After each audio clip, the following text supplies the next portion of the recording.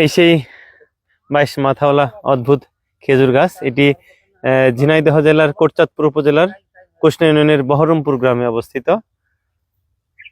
কোটচাঁদপুর থেকে প্রায় 5 কিলোমিটার দূরে এটি। একটু অদ্ভুত টাইপের আসলে। এখন যদিও 22 মাথা ঠিক জীবিত নাই, এখানে 11টি মাথা আমরা দেখতে পাচ্ছি, সম্ভবত বললাম 11টি মাথা জীবিত আছে এবং অনেকগুলো মাথাই মরে গিয়েছে। এটি আসলে অনেক সময় জেনেটিক প্রবলেমের কারণে এরকম একবীজপত্রী উদ্ভিদে এই অদ্ভুত টাইপের হয়ে থাকে। আমরা এসে দেখলাম যা তো 22টি মাথা অবশিষ্ট নাই, 11টি মাথা জীবিত আছে, অনেকগুলো মাথার থেকে মরে গিয়েছে। আসলে একটু অদ্ভুত।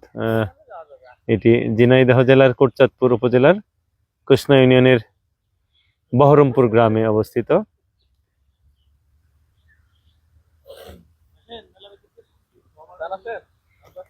পাশেই এই একটি রোড চলে গেছে যে বহরমপুর থেকে কৃষ্ণা, তার পাশে এটি অবস্থিত।